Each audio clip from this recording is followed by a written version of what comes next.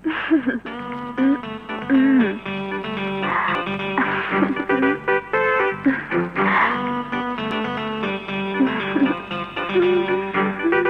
বলতে পারো, বারবার তোমাকে আমি এত কাছে কেন পাই?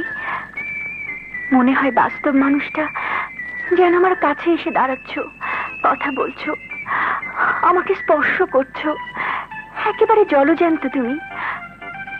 অথচ তুমি তো সেই কত দূরে। এরকম কেন হয়? কি হলো তোমার? আজ কথা বলছো না কেন?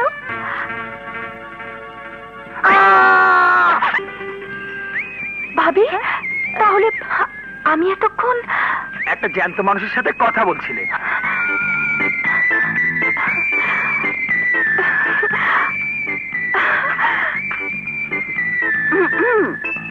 ওই দিকে না তাকিয়ে আমার দিকে তাকা।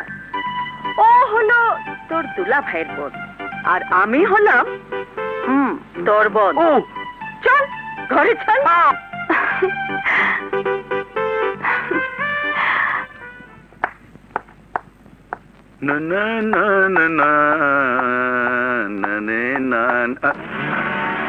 আপনাকে শুধু অবাক করে দেয়। কি বলতে চাও তুমি? বলতে চাই, আমার সহজ সরল বুবুকে বিয়ে করে এই বিশাল সম্পত্তির মালিক হতে যাচ্ছেন, কিন্তু আপনি কি জানেন না এই সম্পত্তির ভাগ আমারও আছে? শাকিল, আমার এত কিছু জানার প্রয়োজন হয়নি, কারণ আমি তোমাদের সম্পত্তিকে বিয়ে করিনি, বিয়ে করেছি তোমার বুবুকে। ওই একই কথা। আপনি বুদ্ধিমান। আপনি জানেন চুল টানলে যেমন মাথা আসে, ঠিক তেমনি বুবুকে বিয়ে করলেই এই সম্পত্তি আপনারই হয়ে যাবে। আমার প্রতি তোমার যখন এতই সন্দেহ, তখন তোমার বুবুকে আমি বলবো সমস্ত কিছু তোমার একার নামে লিখে দিতে। বাবা, খুব খুশি হলাম, কিন্তু জনাব, তারপর আমার বুবুকে খাওয়াবেন কি? তুমি কি মনে করো তোমার বুবুকে বিয়ে করার আগে আমি না খেয়েছিলাম? আর এখনো কি মনে করো তোমার বুবুকে খাওয়ানোর মতো ক্ষমতা আমার নেই? শোনো শাকিল, আমি তোমার বুবুর সেই স্বামী, যে স্বামী স্ত্রীর সৌভাগ্য নিয়ে নিজের ভাগ্য পরিবর্তন করতে চায় না।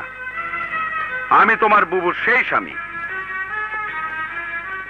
যার প্রতি তোমার বুবুর প্রচন্ড বিশ্বাস তোমার বাবার রেখে যাওয়া এই অর্থ আর প্রাচুর্যের উপর নয়। ব্রেভ দুলা ভাই, ব্রেভ। ওরে বাবা, ওভাবে তাকিয়ে আছেন কেন? স্টার মার্ক দিলাম তো, স্টার মার্ক। ঠিক আছে, এই নাক বলছি, কান ধরে উঠবস করলাম। মাইকের দুলা ভাই, মাফ করে দেওয়া যায় না? মাফ যায়। একটু এদিকে এসো, আর একটু।